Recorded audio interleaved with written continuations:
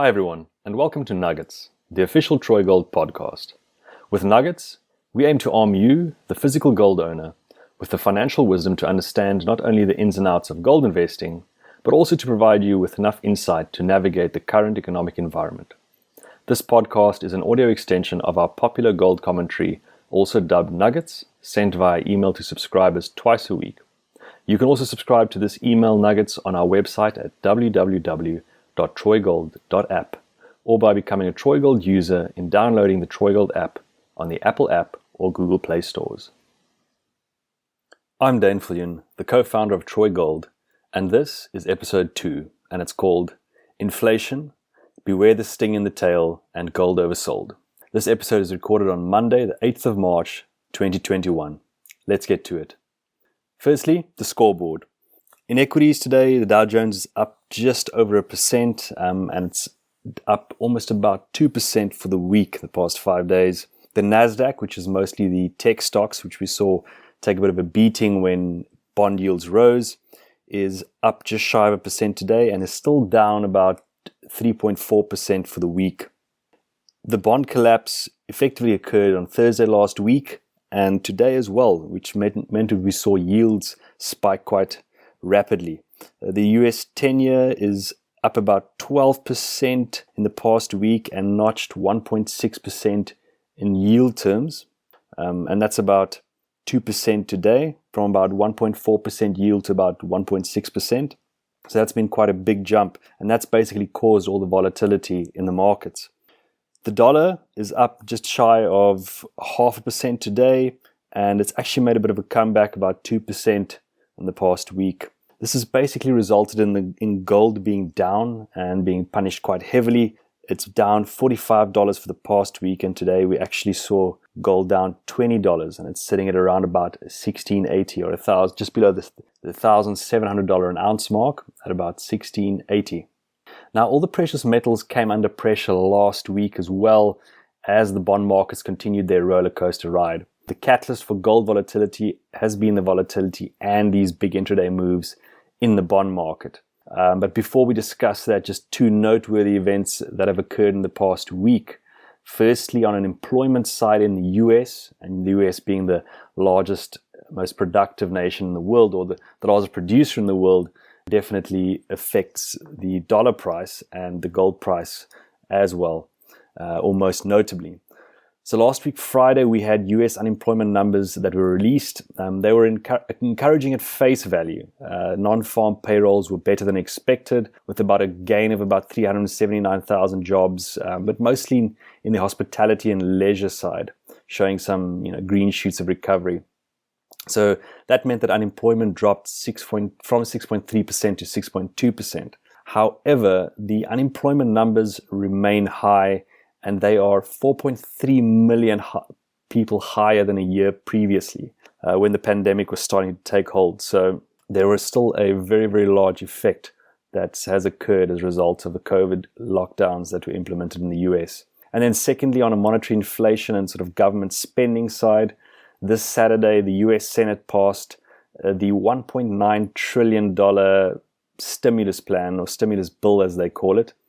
And it will go to the House of Representatives tomorrow, which is Tuesday. The stimulus checks will taper off for the levels of income and will not be available to single people earning $80,000 or more, and similarly with couples earning $160,000 or more. Now, these stimulus checks are about $1,400 per person, and the president has said that these checks should start arriving by the end of the month.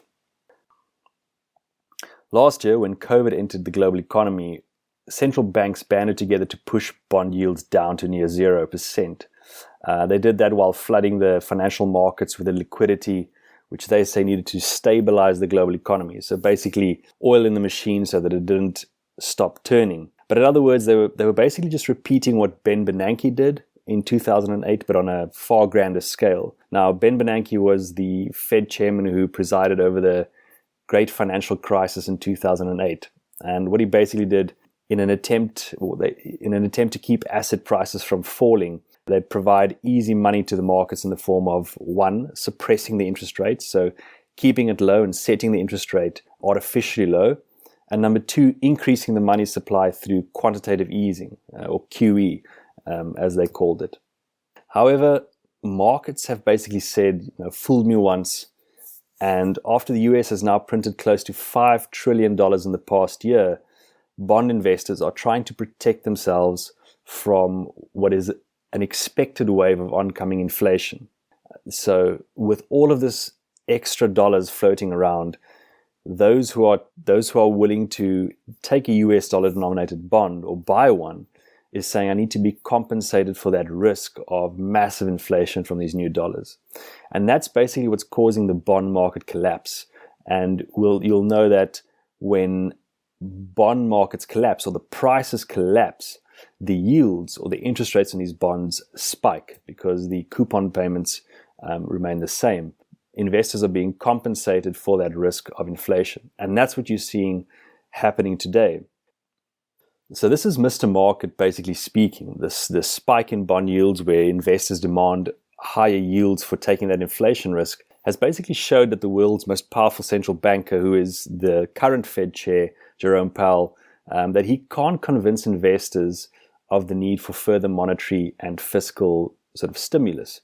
Mr. Market is basically saying, well, you've let the printer run at full speed and we're expecting massive inflation. And why would Mr. Market do that when basically the Fed chairman in recent statements said, and I quote, "There is a long way to go to maximum employment. We live in a time where there is a significant disinflationary pressures around the world and where essentially all major advanced economies, central banks have struggled to get to 2% inflation. We believe we can do it. We believe we will do it.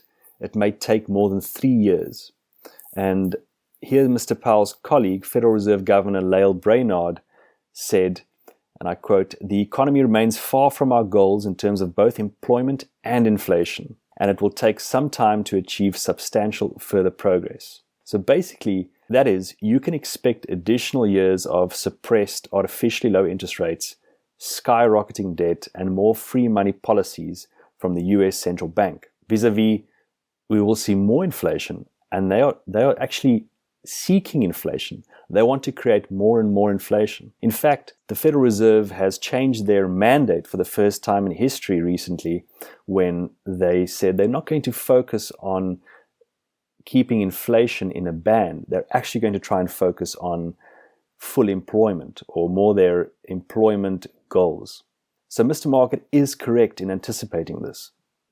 But in a world where Mr. Market is expecting inflation to come in droves, inflation is no threat to gold.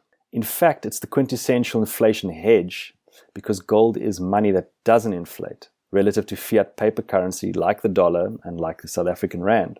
So I guess the question is, why is gold down so much? Why has it come down when clearly there's this massive looming threat of inflation? And when there is inflation, those that are holding paper assets, paper currency, especially the currencies that are being printed at $5 trillion at a time, are in danger of getting their wealth stripped away and eroded.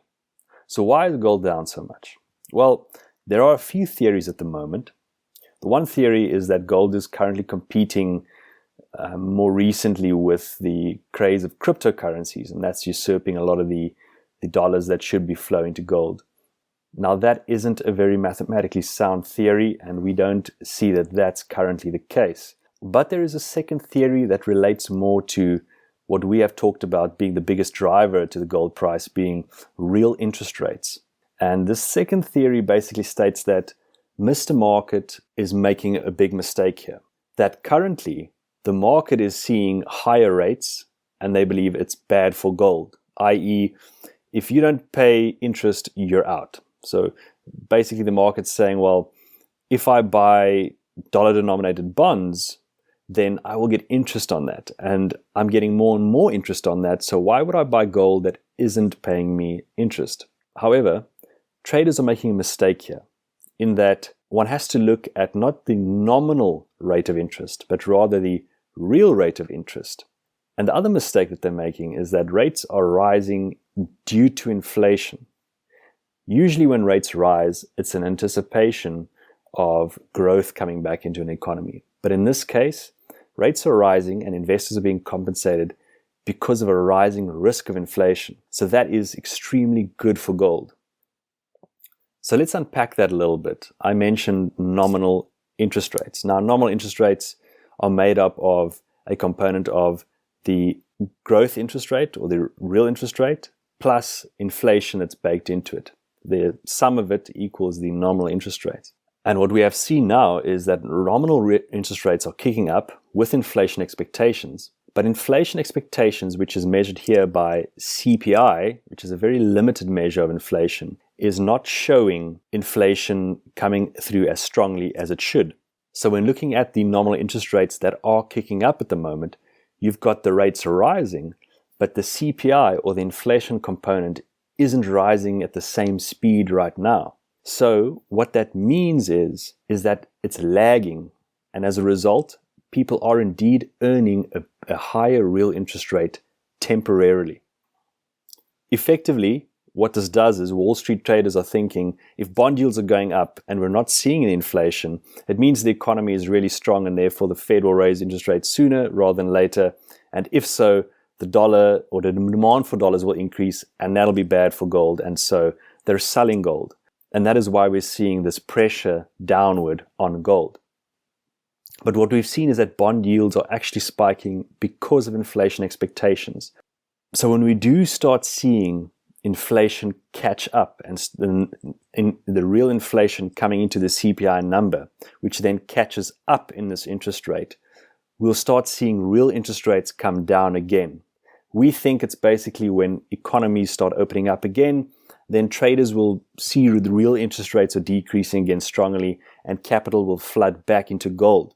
When this does, gold could go back to $2,000 and maybe even $3,000 an ounce. So it is a temporary imbalance in our view until real inflation sets in. And that will increase as the velocity of money increases and the economy opens up more and more. So i.e. basically other US states become like Texas that recently opened up 100%.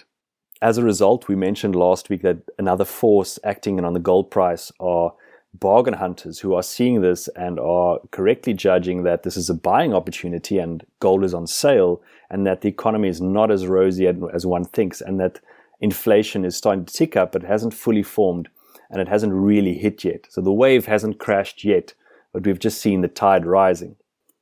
However, when we listen to a few economic pundits globally, we'll note that fundamentally interest rates should actually be going to 3, 4, 5% in the US. I mean, in the 80s under Volcker, I think it was over 20% or close to 20%. But the key here is that the Fed will never and can never let that happen. The whole house of cards will come down and crash, like it did in December 2019 when they tried to hike interest rates and stock markets crashed again. So when inflation spikes, it will be a devastating sting in the tail for those in paper assets and paper currencies. The Federal Reserve's 5-year forward break-even inflation rate has already risen now to 2.2%. A year ago, as the pandemic was starting to take hold, it stood at 1.2%, before a sharp, short-lived drop to 0.8% as the markets went into the COVID meltdown. So this is indeed a fascinating tug of war, because as we've said, inflation is no threat to gold. You want to be in gold when there's inflation on the horizon, especially unprecedented inflation, as we've seen being the threat in markets today. The problem, however, with owning gold historically has always been that you've had two choices: paper gold like gold ETFs, or physical gold like the 1-ounce Krugerrand, or investment-grade bullion bars that one can purchase offshore. The problem, however, if you held paper gold, which is more of a trading instrument, is that you wouldn't have unencumbered ownership of the gold. The trust, which is managed by a bank mostly, owns the gold, and the paper signifies an IOU to pay you out what the gold price does. But with physical gold, you have storage costs, usually, and that would literally be in the dark. It would be in a vault or a safe deposit box, and you couldn't quickly access its value or its liquidity. So as a physical gold owner who wisely and smartly saves in gold when looking at what's happening in the market currently, you would historically still have had this issue between physical and ETFs and which one to rather buy. Well, we've solved that at Troy Gold. And in a South African first, we're launching the Troy Gold Gold-backed Mastercard and the physical gold savings account. Clients of ours will know that the physical gold savings account or the savings account allows you to buy any amount of real physical gold, either in full or fractional ownership, or through co-ownership as we call it with our fractional ownership technology. So you can buy any amount, whether it's 1 Rand or 10 Rand or 100,000 Rand or a tenth of an ounce, 1,000th of an ounce, or 10 ounces of 1 ounce gold Kruger Rands, which are safely vaulted in Johannesburg in South Africa through our physical gold savings account for free. It's a free account, and we've actually turned the tables and made storage and insurance free. So your safe custody is free, your account is free, and you can buy and sell at leading prices. However, what we've worked hard on equally has been to offer you instant liquidity and global spendability with the introduction of a Mastercard debit card. This card allows you to access instantly the value of your gold on a card and use it in the current payment system as you would your Rand-denominated bank card. You can therefore effectively spend your gold and your gold value at over 40 million locations worldwide. So we're really excited to launch this, and we'd like to ask you to head over to our website and have a look. The information is there. Download our app and share the news. Thank you so much for listening. Join the conversation and link up with us by joining our Telegram community. The link will be in the bio, or following us on Twitter. Our handle is @TroyGoldApp. Thank you again for listening. Keep stacking and keep saving in gold.